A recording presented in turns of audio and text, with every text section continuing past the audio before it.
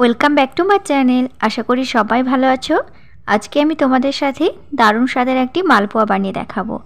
এই মালপোয়াগুলো সম্পূর্ণ ইউনিক, আর এই মালপোয়াগুলো তৈরি করা যেমন সহজ, খেতে তেমনই টেস্টি।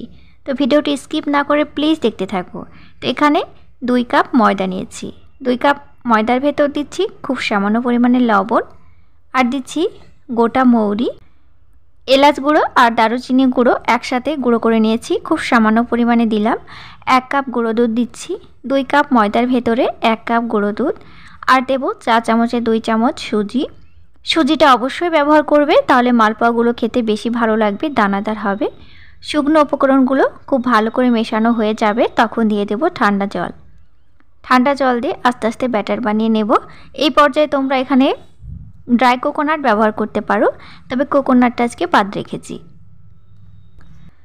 মালপোয়ার ব্যাটার খুব ঘন হবে না, আবার খুব পাতলা হবে না। এই পর্যায়ে আমি জল ব্যবহার করেছি, তোমরা দুধ ব্যবহার করতে পারো।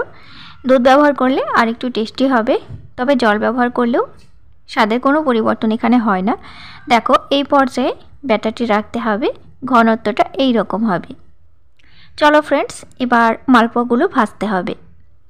মালপোয়াগুলো ভাজার জন্য এখানে একটি ফ্রাই প্যান নিয়েছি। ফ্রাই প্যানে যথেষ্ট পরিমাণে এখানে সাদা তেলটা দিয়েছি। এবার ছোট ছোট করে মালপোয়াগুলো তৈরি করে নিচ্ছি।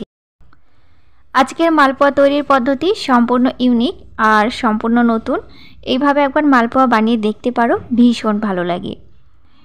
যথেষ্ট পরিমাণে ব্যাটার দিতে হবে, মালপোয়াগুলো হবে একটু মোটা। দেখো ফ্রেন্ডস, এপিট ওপিট করে ভেজে নিয়েছি। এখানে তেলটা একেবারে অল্প পরিমাণে দিয়েছি। ব্যাটার থেকে একই পদ্ধতিতে মালপোয়াগুলো বানিয়ে নেব। এবার সুগার সিরাপ এখানে বানিয়ে নেব। এখানে 1 কাপ চিনি নিয়েছি। 1 কাপ চিনিতে দিচ্ছি 1 কাপ জল। একটু চিটচিটে আঠালো সুগার সিরাপ তৈরি করব। সিরাপ ফুটতে আরম্ভ করেছে। এই পর্যায়ে গ্যাসের ফ্লেমটা বন্ধ করে দেব।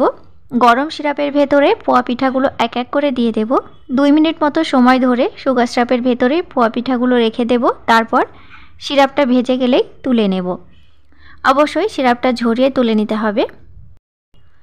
উপকরণ, স্বাদ, গন্ধ, পদ্ধতি সব কিছুই ভিন্ন ধরনের, খেতে দারুণ লাগে। বাড়িতে অবশ্যই ভিন্ন ধরনের এই পোয়া পিঠাটি একবার বানিয়ে নিও। এটাকে অনেকে পোয়া পিঠা বলে, আবার অনেকে মালপোয়া বলে থাকে। যাই হোক, একেবারে অয়েল ফ্রি বললেই চলে। আর এবার আমি পোয়া পিঠার ওপরে কিছু খোয়া ক্ষীর ছড়িয়ে দেব। খোয়া ক্ষীর ছড়িয়ে দিলে এই পিঠাগুলো খেতে ভীষণ ভালো লাগবে। তো যাই হোক ফ্রেন্ডস, আমার এই পিঠাটি আশা করি তোমাদের ভালো লেগেছে। আর ভালো লেগে থাকলে চ্যানেলটি সাবস্ক্রাইব করে দিয়ে অবশ্যই আমার সাথে থাকবে।